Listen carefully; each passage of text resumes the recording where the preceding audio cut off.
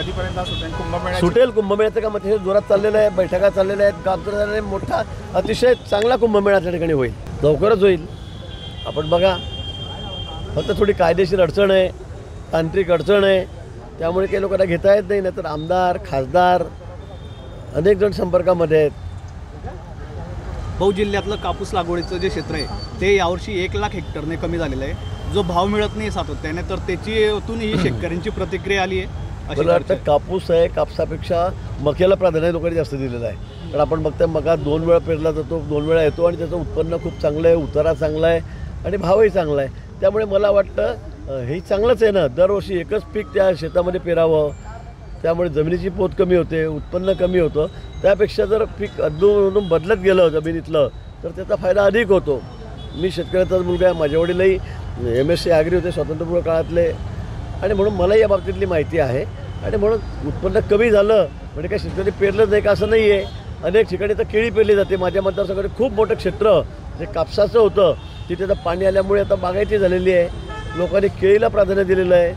अनेक ठिकाणी आता मोठ्या प्रमाणामध्ये मका वाढतोय, मका जास्त लावला जातो, 174% झाले. तूर जास्त लावली जाते, कडधान्य जास्त लावले जात आहेत. चांगलं आहे, यात वाईट काहीच नाही मला असं वाटतं. सहकारी बँक घोटाळ्यामध्ये जे रोहित पवारांचं नाव आलं होतं, तर रोहित पवारांविरुद्ध ईडीने जे आहेत पुरवणे आरोपपत्र दाखल केलेलं आहे. मला वाटतं ज्यांनी काय काय चुका केल्या असतील, भ्रष्टाचार केले असतील ते समोर येतील. नसतील केले तर त्याचं काही होणार नाही, पण केले असतील तर मात्र निश्चित त्यातून कोणी तर सुटणार नाही.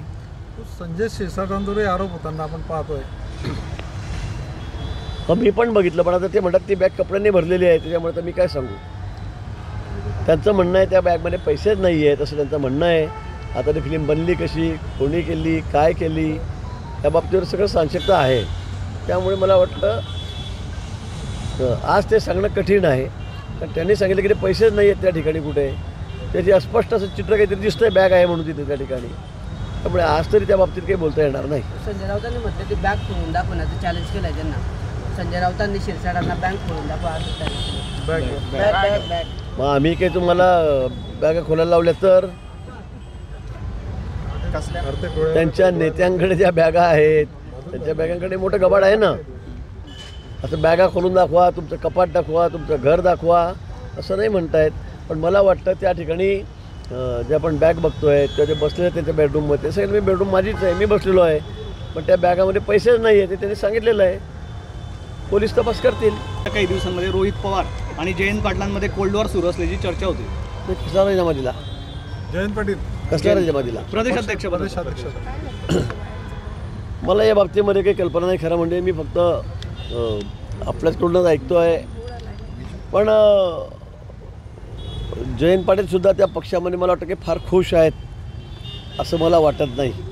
कालांतराने बघू आपण काय काय होतं, काय बदल होतो काय नाही याची मला कल्पना नाही. मी काही सांगू शकत नाही, कारण माझ्या संपर्कात ते नेहमी असतात, आम्ही नेहमी भेटतो. पण या बाबतीमध्ये माझं त्यांचं कधी बोलणं झालं नाही. पण निश्चित तिथेसुद्धा कोल्ड वॉर आहेच. मी सांगितलं परिवार विरुद्ध कार्यकर्ते, पदाधिकारी असा संघर्ष उबाठामध्ये आहे, शरद पवारच्या गटामध्ये त्या ठिकाणी आहे आणि काँग्रेसमध्ये आहे. पण आता तो उफाळून आलेला आहे. खरं तो उफाळून आलेला आहे. आता मी, माझी मुलगी, माझा पुतण्या, माझा मुलगा, माझा जावई या पलीकडे काही पक्ष पुढे जातच नाही आहेत. मग त्यामध्ये शरदचंद्रजी पवार गटसुद्धा आहे. त्या ठिकाणी आपण बघताच उबाठा जो आहे उद्धवजींचा गट, त्यांचा पक्ष हा त्याच मार्गाने चाललेला आहे. आणि देशामध्ये अनेक पक्ष आहेत की ते परिवाराच्या बाहेर पडत नाही. आणि त्यामुळे अनेक जे महत्त्वाचे कार्यकर्ते आहेत, प्रमुख कार्यकर्ते आहेत, त्या पक्षातले ज्येष्ठ कार्यकर्ते नेते आहेत ते आता बाहेर पडतील असं मलाही वाटतंय. या संदर्भामध्ये कधी चर्चा झाल्या का तुमच्या या सगळ्या संदर्भामध्ये? नाही, त्यांच्या कुठे प्रवेशाच्या संदर्भात, पक्ष सोडण्याच्या संदर्भात माझी त्यांच्याशी चर्चा नाही. भाजपाच्या वाटेवर आहेत अशा चर्चा देखील आहेत. नाही, या संदर्भात मला माहीत नाही. जयंतराव मोठे नेते आहेत, पक्षाचे अध्यक्ष आहेत, त्यांना काय बोलत असेल ते मला वाटतं मान्य देवेंद्रजीशीच बोलतील. विधिमंडळातलं जे त्यांचं वागण्याचे पण आहे, आक्रमकता कुठेतरी कमी झालेली जयंत पाटलांची, त्याच्यावरून ते भाजपच्या वाटेवरती असल्याचं चर्चा आहे. नाही, आक्रमक राहण्यासारखं काही राहिलेलं नाही. आमचं सरकार ज्या पद्धतीने काम करतं आहे ते त्यांना अपेक्षित असंच काम आहे मला असं वाटतं आहे. कुठेही कामं राहिले आहेत, कुठेही चुकीचं काम चाललं आहे, काही वेगळं काम चाललं आहे असं कुठेही नाही आहे. त्यामुळे जयंतराव अतिशय शांत आहेत. जयंतरावच नाही, फक्त त्यांना बोलायचा विरोध करायचा म्हणून काही लोक विरोध करतायत, काही विरोधी पक्षाचे नेते विरोध करतायत. पण खरंच देवेंद्रजीच्या नेतृत्वाखाली या राज्यामध्ये जे काम चाललेलं आहे, देशामध्ये मोदींच्या नेतृत्वाखाली जे काम चाललेलं आहे, त्याला विरोध करण्यासाठी काही राहिलेलंच नाही आणि ते लोकांनाही मान्य नाही खरं म्हणजे. त्यामुळे मग इन्फ्रास्ट्रक्चरची कामं असतील, वैयक्तिक लाभाच्या योजना असतील, अनेक सगळी कामं जी आहेत ती इतक्या वेगाने चाललेली आहेत. त्यामुळे तसं विरोध करण्यासारखं काही राहिलेलंच नाही. त्यामुळे अनेक नेते आता शांत झालेले आपल्याला दिसतात विरोधी पक्षातले. कोण एकनाथ खडसे, कोण माजी मंत्री राहिलेले आहेत, विद्यमान आमदार आहेत, आपले विरोधी आहेत, राजकीय आपलं वैमनस्य आहे त्यांच्यासोबत. नाही, माझं कुठे वैमनस्य, माझं वैमनस्य कोणासोबतच नाही आहे. पण विधान आता अधिवेशन काळात त्यांनी सरकारला खूप धारेवर धरलेलं आहे. कोणी? यशवंतराव खडसे. मला काही वाटत नाही. आता ते काही बोलत असतील तर काय फार मला वाटतं लक्ष देण्याची गरज नाही मला. त्यांनी हो, विधान परिषदेमध्ये नर्मदा प्रकल्पावरून खरं तर आपली आणि खडसेंची खडाजंगी देखील झाल्याचं पाहायला मिळालं होतं. एकंदरीतच आपण याबाबत गंभीर नसल्याचं खडसेंनी म्हटलेलं होतं. नाही, मी कुठे काय खडाजंगी केली. त्यांनी प्रश्न चुकीचा विचारला, त्यांनी अभ्यासच केला, त्यांनी मान्य केलं की म्हातारपणामुळे माझी बुद्धी थोडी कमजोर झालेली आहे, मला वेळ लागला असं त्यांनी काहीतरी म्हटलं. पण मला मी तसं म्हणणार नाही. ते ज्येष्ठ नेते आहेत, मोठे आहेत, पण त्यांना स्मृतिभाऊ झाला असंही त्यांनी म्हटलेलं आहे. मला वाटतं तसा काही प्रकार असेल, पण त्यांनी जो प्रश्न विचारला तो चुकीचाच होता. तसा करार कुठे झालेलाच नाही आणि त्यामुळे करारच झालेला आहे.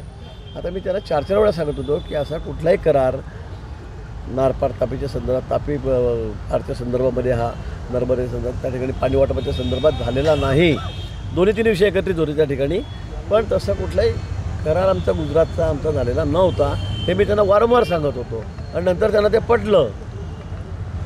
खडसेंचा आरोप आहे भ्रष्टाचार अधिकारी जे आहे जळगावचे किंवा इतर, त्यांना आपण पाठीशी घालता असं कोण? खडसेंचं म्हणणं आहे. भ्रष्टाचारी अधिकारी, PWDचे अधिकारी. आता मला मी सांगू का, बोरसे नावाचे अधिकारी होते. आता एका अधिकाऱ्याला 5 वर्ष झाले म्हणून त्याची बदली करा म्हणून त्यांचा आग्रह एवढे वर्ष तो कसा राहू शकतो. बोरसे नावाचा अधिकारी डेप्युटी इंजिनियर हा त्यांच्याकडे 15 वर्ष होता आणि घरगड्यासारखं कामाला ठेवून घेतलेला होता त्यांनी. आपल्याला कल्पना आहे सगळ्यांना ते काय काय करत होते. ते 15 वर्ष एकाच जागेवर एका ठिकाणी, मध्ये फक्त 4-6 महिन्यात एकदा ब्रेक दिला आणि पुन्हा ते त्या ठिकाणी घेऊन गेले. मग जरा आपण दुसरीकडे बोट दाखवतो एखाद्या अधिकाऱ्याकडे, त्यावेळेला आपल्याला कळलं पाहिजे की आपण काय पराक्रम केलेले आहेत, आपल्या आवडीनिवडीचे अधिकारी आपण कसे ठेवलेत. यांना 4-5 वर्ष झाले म्हणून तुम्ही एवढा टाहो फोडताय, तेवढी छाती बडवता आहेत कशासाठी? काय काळबोर आहे त्याच्यामध्ये? काय तुमचं ऐकत नाही ते? तुम्हाला काय त्यातून इंटरेस्ट काय त्यांच्यामध्ये?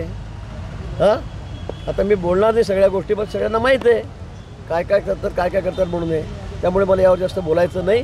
पण एकदा बोरसे नावाचा अधिकारी आपल्याकडे घरगडी म्हणून आपण कामालाच ठेवलेला होता, याची आठवण मी त्यांना करून देतो. 12 गड किल्ले यांचं युनेस्कोच्या वारसा यादीमध्ये हा समावेश करण्यात आला. खरं म्हणजे मी या खात्याचा मंत्री असताना, मी पर्यटन खात्याचा मंत्री असताना त्यावेळेलाच ही यादी आपण युनेस्कोकडे सोपवलेली होती आणि काल परवाच त्याला मान्यता या ठिकाणी मिळालेलं आहे. त्यामुळे या किल्ल्यांचं आता संवर्धन,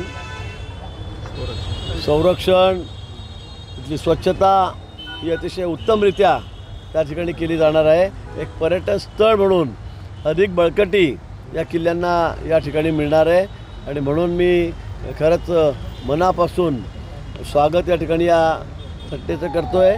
माननीय राज्य सरकार, केंद्र सरकार यांनी या ठिकाणी या ठिकाणी परिश्रम घेतलेत. या ठिकाणी हा वारसा घेण्यासाठी युनेस्कोकडे त्यांनी मदत केली, त्याबद्दल सरकारचे या ठिकाणी आभार व्यक्त करतो.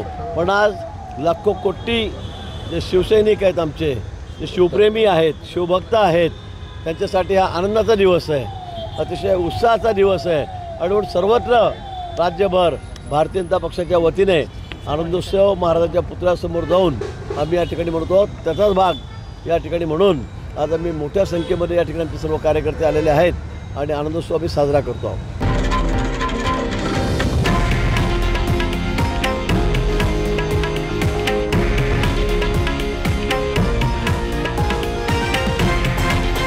हे आहे देशातील नंबर 1 न्यूज नेटवर्क आणि आपण पाहत आहात TV9 मराठी, एकमेव.